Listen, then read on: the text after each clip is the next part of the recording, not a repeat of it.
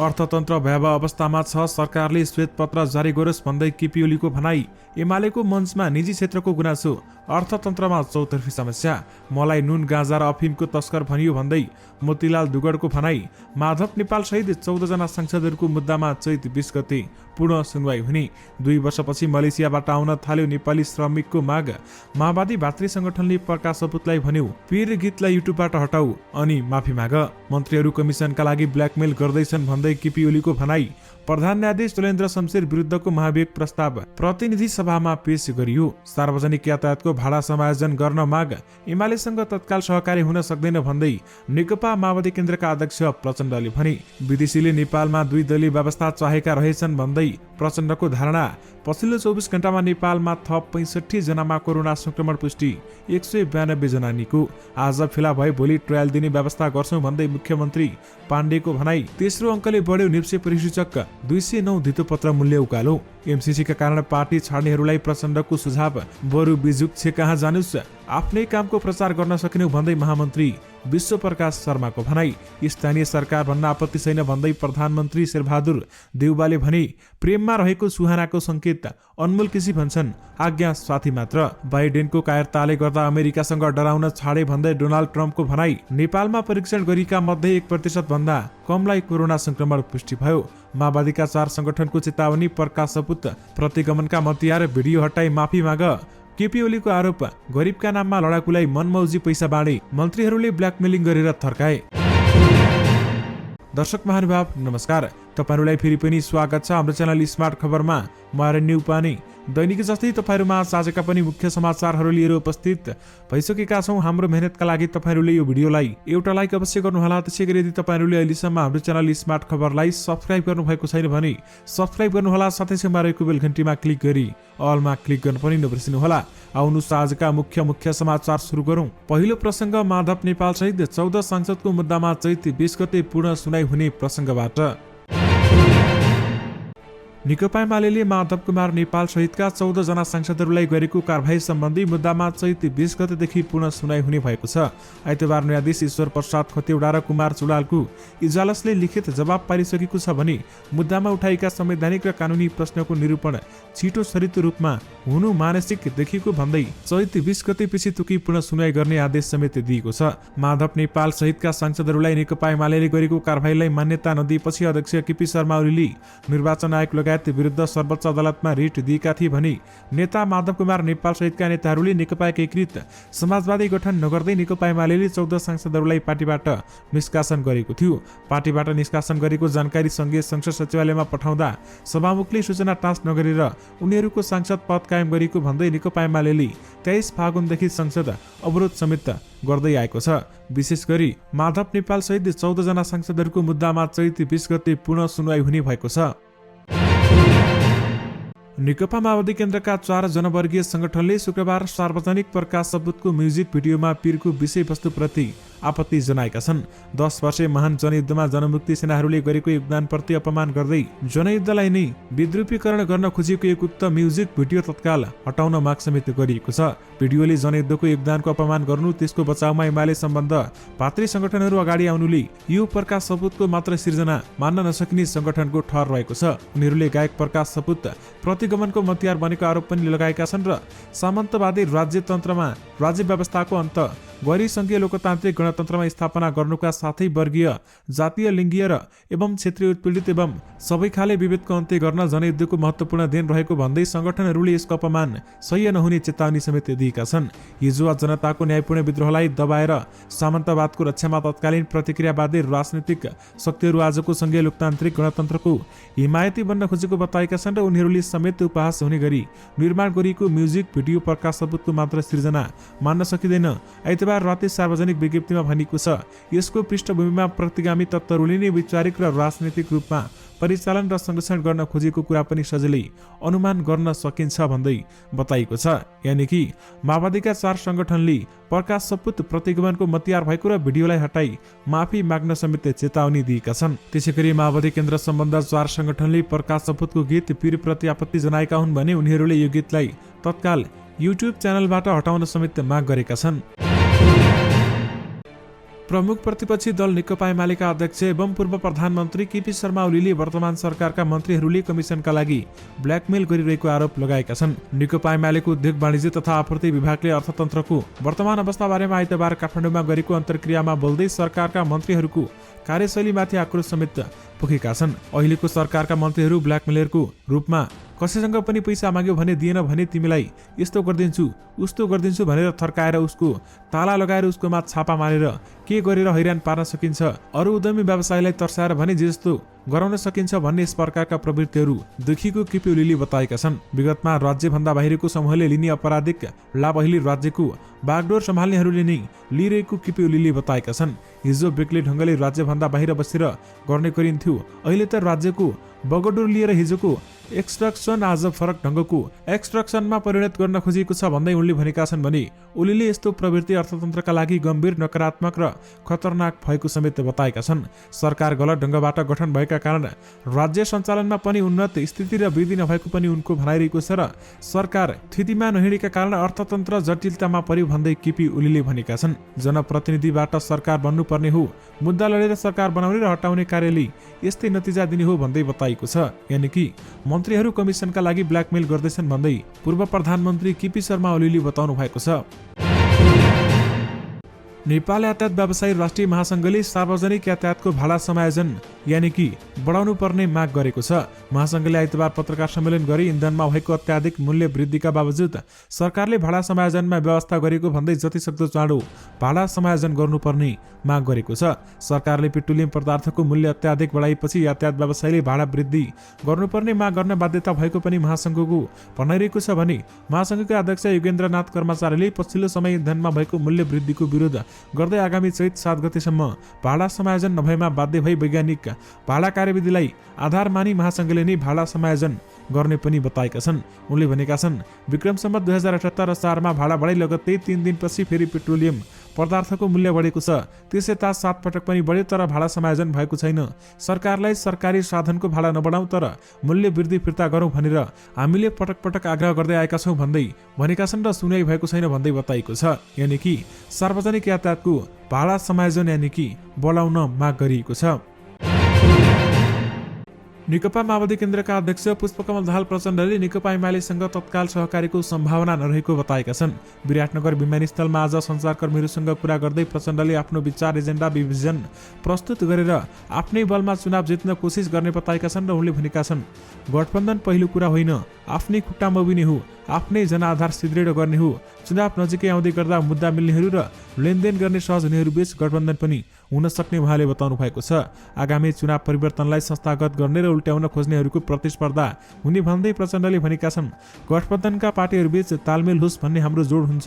काङ्ग्रेसले राम्रो अफर गरेन भने एमालेसँग सहकारी हुन सक्छ भन्ने प्रश्नमा उनले भनेका छन्, तत्काल एमालेसँग सहकारीको सम्भावना कहीँ कतै देखिएको छैन। राष्ट्रिय स्वाधीनतासँग विषयमा एमालेसँग समझदारी हुन सक्छ कि भनेर केपीसँग कुरा गर्न नगएको होइन, तर कहीँ कतै हामीले एमालेमा सकारात्मक देखेनौँ भन्दै उहाँले बताउनु भएको छ। यानि कि एमालेसँग तत्काल सहकारी हुनै सक्दैन भन्दै प्रचण्डले भनेका छन्। पछिल्लो 24 घण्टामा नेपालमा थप 65 जनामा कोरोना भाइरस कोभिड-19 को संक्रमण पुष्टि भएको छ। स्वास्थ्य तथा जनसङ्ख्या मन्त्रालयका अनुसार 6306 पीसीआर परीक्षणमा 59 जना र 1641 एन्टिजन परीक्षणमा 6 जना गरी 65 जनामा कोरोना संक्रमण पुष्टि भएको बताइएको छ। पछिल्लो 24 घण्टामा कोरोना भाइरस संक्रमण मुक्त हुनेको संख्या 192 रहेको छ भने कोरोना संक्रमणका कारण पछिल्लो 24 घण्टामा कसैको पनि मृत्यु भएको छैन। मन्त्रालयका अनुसार हाल देशभर कोरोना भाइरसका सक्रिय संक्रमितहरूको संख्या 4917 रहेको छ।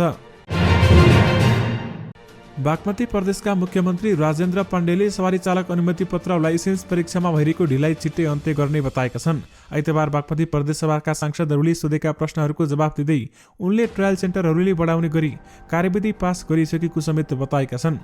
15 लाख नागरिक सवारी साधन प्रमाणपत्र पठाउन लाइनमा छन्, तर अबको 3 वर्ष लाग्दा पनि उनीहरूले त्यो प्रमाणपत्र लिन सक्दैनन्। त्यो खालको अप्ठ्यारोको स्थिति रहेको छ भन्दै उनले भनेका छन् भने त्यसैले छिटोभन्दा छिटो सवारी साधन चालक प्रमाणपत्र पनि ट्रायल सेन्टरहरू बनाउने, त्यसको लागि पनि हामीले कार्यविधि पास गरिसकेका छौँ। आज फेल भएको मान्छेले भोलि नै ट्रायल दिन सकोस् भन्ने काम अगाडि बढाइरहेका छौँ। मुख्यमन्त्री पाण्डेले यातायात कार्यालयको सेवालाई विद्युतीय गर्ने पनि बताएका छन् र चाँडै नीति कार्यविधि अनुसार काम गर्ने इच्छुक कम्पनीहरू आउनेछन् र हामीले क्यासलेस सिस्टममा लैजान सक्छौँ भन्दै उहाँले बताउनु भएको छ। यानि कि आज फेल भए भोलि ट्रायल दिने व्यवस्था गर्छौँ भन्दै बागमती प्रदेशका मुख्यमन्त्री राजेन्द्र पाण्डेले बताउनु भएको छ। नेकपा माओवादी केन्द्रका अध्यक्ष पुष्पकमल दाहाल प्रचण्डले अमेरिकी सहयोग परियोजना एमसीसी कार्यान्वयनमा क्रममा व्याख्यात्मक घोषणालाई मिनिमाइज नगर्न चेतावनी दिएका छन्। त्यसो गरी सरकार छाडेर आन्दोलनमा जाने अवस्था आउन सक्ने पनि उनले बताएका छन्। विराटनगर विमानस्थलमा आज सञ्चारकर्मीहरूसँग कुरा गर्दै प्रचण्डले व्याख्यात्मक घोषणालाई कार्यान्वयनका क्रममा मिनिमाइज गरियो भने त्यही विषय भोलि आन्दोलनको विषय हुन सक्छ। हामी चाहन्छौँ त्यस्तो नहोस्। व्याख्यात्मक घोषणालाई उचित सम्मानसहित कार्यान्वयनमा जाने विश्वास पनि लिएका छौँ भन्दै बताइएको छ। उनका अनुसार व्याख्यात्मक घोषणासहित पास भएको एमसीसी बारेमा पार्टीमा बहस कायमै रहेको छ भने आगामी चुनावपछि बस्ने बैठकमा यसबारेमा छलफल हुने र आवश्यक परे फोरम चलाउन पनि दिने गरी अघि बढेको अध्यक्ष प्रचण्डले बताउनु भएको छ। त्यो बेलामा फेल भयो भने के गर्नुहुन्छ भन्ने प्रश्नमा प्रचण्डले भनेका छन्, राजीनामा दिन्छौँ, ढुक्क हुनुस्। एमसीसी अनुमोदन गरेका कारण पार्टी छाडेका नेताहरूप्रति उनले कडा टिप्पणी पनि गरेका छन् र एमसीसी पास गरेका कारण पार्टीमा बस्दिनु भन्नेहरू एमालेमा प्रवेश गरेको भन्दै उनले भनेका छन्, यो भन्दा विचित्र के हुन्छ, जानु नि बरु किरणजी, विप्लव कहाँ नभए नारायणमान बिच्छुकजी कहाँ जानु भन्दै उहाँले बताउनु भएको छ। प्रधानमन्त्री शेरबहादुर देउवाले स्थानीय तहलाई सरकार भन्न कुनै पनि आपत्ति नभएको बताएका छन्। नेपाल नागरिक संघको 29औं वार्षिक उत्सवमा आयोजित कार्यक्रममा सबै पार्टीको सहमति जुटाएर आवश्यक कानुनी संशोधन समेत गर्ने बताइएको छ भने प्रधानमन्त्री शेरबहादुर देउवा भन्दा अगाडि बोलेका बागमती प्रदेशका मुख्यमन्त्री डोरमणि पौडेलले स्थानीय सरकार भन्न हिचकिचाहट देखिएको पनि बताएका छन् र उनको नाम नलिई देउवाले भनेका छन्, स्थानीय तहलाई सरकार भन्न कुनै पनि आपत्ति छैन। महत्त्वपूर्ण कुरा काम हो, जनताको प्रत्येक सम्पर्कमा रहने ठाउँ हो, जनताको दुःख तकलिफ हटाउने काम गर्नुस्, तह हटाउन केही छैन भन्दै उहाँले बताउनु भएको छ। यानि कि स्थानीय सरकार भन्न आपत्ति छैन भन्दै प्रधानमन्त्री शेरबहादुर देउवाले भनेका छन्। सुहाना थापा र अनमोल केसी आगामी वैशाख 1 गते रिलिजको तयारीमा रहेको ए मेरो हजुर 4 को प्रचार प्रसारमा व्यस्त रहेका छन्। सार्वजनिक भएका यो फिल्मको गीत र टिजरमा यी दुईलाई समेत रुचाइएको पनि छ। केही दिन अघि उनीहरूसँग मिडियासँग गफिँदै गरेको बेलामा भेटिएका छन् भने त्यस बेलामा उनीहरू रिलेसनसिपलाई लिएर अन्तरङ्गीमा सुनिएका छन्। उनीहरूले आफ्नो प्रेम सम्बन्धलाई लिएर समेत बोलेका छन्। उक्त संवादमा सुहानाले आफू रिलेसनसिपमा रहेको समेत संकेत गरेकी छन् भन्ने सुहाना भन्छन्, मिल्ने साथी जसको पनि हुन्छ। अहिलेको जमानामा अन्तर्वार्ताका प्रस्तुता सोध्छन् के त्यस्ता मिल्ने साथीहरू छन्? सुहानाको जवाब छन् भन्दा पनि छ, तर उनले त्यो मिल्ने साथी चाहिँ को भन्ने बारेमा खुलाइनन्। मिल्ने साथी छ भन्ने सुहानाको उत्तरले उनी सिंगलबाट मिंगल रहेको अनुमान भने गर्न सकिन्छ। सोही गफकाफमा उनले आफूलाई कृष्ण जस्तो प्रेमी र राम जस्तो श्रीमान मनपर्ने बताइन्। किन त उनी भन्छन् कृष्ण चुलबुले टाइपको हुनुहुन्छ भने राम अनुशासित र बौद्धिक टाइपको भन्दै उनले बताएकी छन्। अनमोलले पनि आज्ञा साथी मात्र भन्दै बताएका छन्। यानि कि सोही अन्तर्वार्तामा अभिनेता अनमोल केसीले पनि आफू प्रेममा रहेको हल्लालाई लिएर खुलेका छन्। आज्ञा कार्यदेशसँगको प्रेमतर्फ संकेत गर्दै उनले भनेका छन्, हामी एकदमै गुड फ्रेन्ड हौ र सपोर्टिभ छौँ। हामी बारेमा कुरा सबै गसिप हो। आफूहरू दुईजना दार्जिलिङमा घुम्न गएको कुराको पनि उनले खण्डन गरेका छन्। सार्वजनिक स्थानमा घुम्न गएका केही तस्विर बारेमा सोधेका प्रश्नमा अनमोल केसीले मिल्ने साथी भएको समेत जिकिर गरेका छन्। अमेरिकी पूर्व राष्ट्रपति डोनाल्ड ट्रम्पले जो बाइडेनको कार्यकालमा अमेरिकासँग कोही पनि डराउन छाडेको बताएका छन्। ट्रम्पले साउथ क्यारोलिनामा शनिबार आयोजित एक र्याली सभालाई सम्बोधन गर्दै क्रममा बाइडेनको कार्यकालमा अमेरिकाको न त सम्मान नै भएको छ न त डराउन नै छाडेको बताएका छन्। हाल अमेरिकाप्रति भइरहेको व्यवहार यसअघि कहिले पनि नभएको पनि उनको भनाइरहेको छ भने हामीहरू अरू देशले यो गर त्यो गर भनेर अर्थी दिइरहेका छन्। ट्रम्पले भनेका छन्, यही भएर हामीले संसारभर भद्रगोल अशान्ति एवं रक्तपात देखाइरहेका छौँ। बाइडेनको कमजोरी, कायरता र अक्षमताका बावजुद पनि रक्तपातपूर्ण युद्धमा नफसिकनै युक्रेनको वियोग अन्त्य गर्न सकिने पनि उनको भनाइरहेको थियो। बाइडेन प्रशासनले मस्कोलाई अल्टिमेटम दिनुपर्ने पनि ट्रम्पको सुझाव रहेको थियो भने उनले भनेका छन्, तत्कालै शान्तिका लागि वार्ता गर वा घातक परिणाम भोग्न तयार हो भन्न सक्नुपर्छ, तर अमेरिकी सरकारसित पुटिनसँग कुरा गर्ने कुनै पनि व्यक्ति नहुनु समस्याको पाटो भएको समेत उहाँको भनाइरहेको छ। विशेष गरी बाइडेनको कायरताले अमेरिकासँग डराउन छाडे भन्दै डोनाल्ड ट्रम्पले भनेका छन्। नेकपा एमालेका अध्यक्ष केपी शर्मा ओलीले मुलुकको अर्थतन्त्र भयावह अवस्थामा पुगेको दावी गरेका छन्। पार्टीको उद्योग वाणिज्य तथा आपूर्ति विभागले गरेको अर्थतन्त्रको वर्तमान अवस्था बारेमा अन्तर्क्रियामा बोल्दै ओलीले गलत प्रक्रियाबाट बनेको सरकारका कारण अर्थतन्त्र पनि गलत बाटोतर्फ मोडिएको दावी समेत गरेका छन्। उनले मुलुकको वर्तमान अर्थतन्त्रको अवस्था बारेमा श्वेत पत्र जारी गर्न पनि अर्थमन्त्रीलाई चुनौती दिएका छन्। सरकार गठबन्धन जोगाउन मात्रै लागेको भन्दै उनले प्रधानमन्त्री र मन्त्रीहरूको कठोर आलोचना पनि गरेका छन्। प्रधानमन्त्री पद आकस्मिक रूपमा पाएकाले त्यसलाई जोगाउन नै प्रधानमन्त्री लागेको समेत बताएका छन्। ओलीले सरकारका मन्त्रीहरूलाई कमिसन खोरीको आरोप समेत लगाएका छन् र बादल लागेका दिन शेरबहादुरलाई आँगनमा माछा पर्यो त्यो माछा घैलामा राख्नु भएको छ र उनले भनेका छन् परमादेशबाट पारिएको माछाको चिन्ता छ, देश जनता तथा अर्थतन्त्रको चिन्ता छैन भन्दै केपी ओलीले बताउनु भएको छ। यानि कि अर्थतन्त्र भयावह अवस्थामा छ, सरकारले श्वेत पत्र जारी गरोस् भन्दै पूर्व प्रधानमन्त्री केपी शर्मा ओलीले भनेका छन्। पूर्व उद्योग वाणिज्य तथा आपूर्ति राज्यमन्त्री मोतीलाल दुगडले राज्यको हितका लागि काम गर्दा आफूलाई तस्कर भनिएको भन्दै आपत्ति जनाएका छन्। नेकपा एमालेको उद्योग तथा वाणिज्य तथा आपूर्ति विभागले अर्थतन्त्रको वर्तमान अवस्था बारेमा आयोजना गरेको छलफलमा बोल्दै दुगडले यस्तो धारणा राखेका हुन्। मोती दुगडले नुनको तस्करी गर्यो, गाजा र अफिमको पनि तस्करी गर्यो भनेर छापेका रहेछन् भने म त मेरो फोटो समेत छाप्नुस् भन्छु, नपुगे मसला पनि दिन्छु। दुगडले भनेका छन् देश र जनताका लागि अर्थतन्त्रमा योगदान गरिरहेका मानिसहरूलाई लखेट्ने काम भएको छ, नुन तस्करी हुन नसक्ने भन्दै उनले सबै खाले तस्करीमा घटनामा आफूलाई जोड्ने काम भएको भन्दै दुखेसो गरेका छन्। र विभागका अध्यक्ष समेत रहेका दुगडले मुलुकको अर्थतन्त्रमा निकै कमजोर अवस्थामा पुगेको समेत बताएका छन्।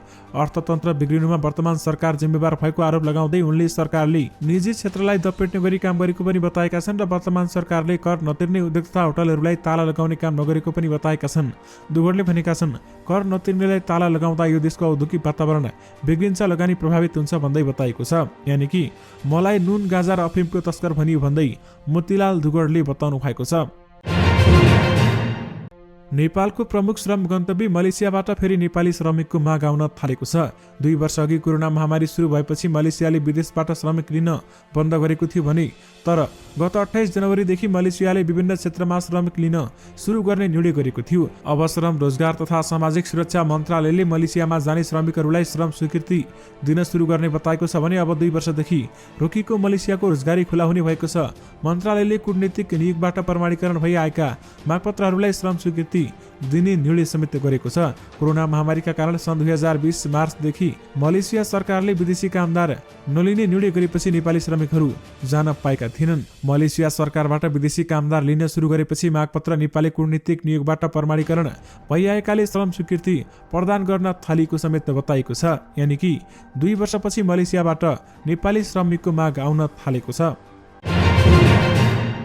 प्रतिनिधि सभाको बैठकमा प्रधान न्यायाधीश चोलेन्द्र शमशेर जबरा विरुद्धको महाभियोग प्रस्ताव पेश भएको छ। आइतबारको बैठकमा नेकपा माओवादी केन्द्र संसदीय दलका प्रमुख सचेतक देवप्रसाद गुरुङले महाभियोग प्रस्ताव पेश गरेका हुन् भने 1 फागुनमा प्रतिनिधि सभाका 98 सांसदहरूले प्रधान न्यायाधीश जबरा विरुद्ध महाभियोग प्रस्ताव दर्ता गराएका थिए। सो प्रस्ताव आइतबार संसदमा पेश भएको हो भने महाभियोग प्रस्ताव पेश गर्दै सांसदहरूले गुरुङले प्रधान न्यायाधीश जबराले संविधान कानून र न्यायिक मूल्य मान्यता विरुद्ध काम गरेको पनि उनको न्यायिक आचरण र कार्यदक्षताका आधारमा अभाव देखिएको पनि बताएको छ।